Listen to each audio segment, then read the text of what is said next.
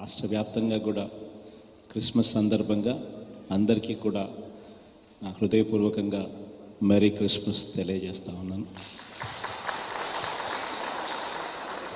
ఈరోజు ఎంత మంచి రోజు అని అంటే, క్రిస్మస్ ఒకరోజు అయితే ఈరోజు వైకుంఠ ఏకాదశి కూడా ఈరోజే రావడం, ఇది బహుశా ఎప్పుడో అరుదైన పరిస్థితుల్లోనే ఇటువంటి రోజు వస్తుంది అనుకుంటాం.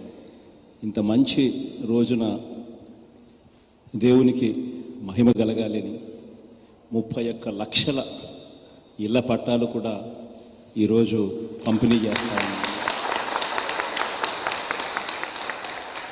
ఇంత గొప్ప కార్యక్రమం జరుగుతూ ఉన్నా కూడా మనసులో ఎక్కడో చిన్న బాధ కూడా ఉంది.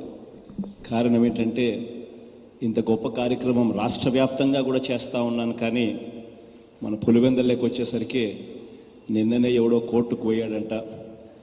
ఆ కోర్టులో పేదలకు 8,300 ఇళ్ల పట్టాలు రెడీగా ఉన్నా కూడా ఆ పేదలకు ఆ ఏపీఐఐసి భూములు ఇవ్వకూడదు అని ఎవడో కోర్టుకు పోవడం, కోర్టు స్టే ఇవ్వడం మనసుకు కాస్త బాధ అనిపించింది.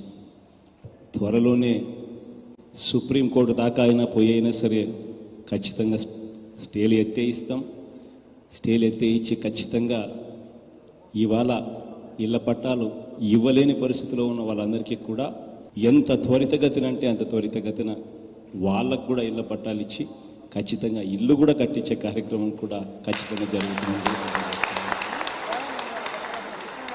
మీ అందరి చల్లని దీవెనలు, దేవుడి దయతో ఇంకా గొప్పగా ప్రజలందరికీ కూడా మంచి చేసే అవకాశం దేవుడు ఇవ్వాలని మనసారా దేవుని ప్రార్థిస్తూ కోరుకుంటూ సెలవు తీసుకుంటా ఉన్నాను.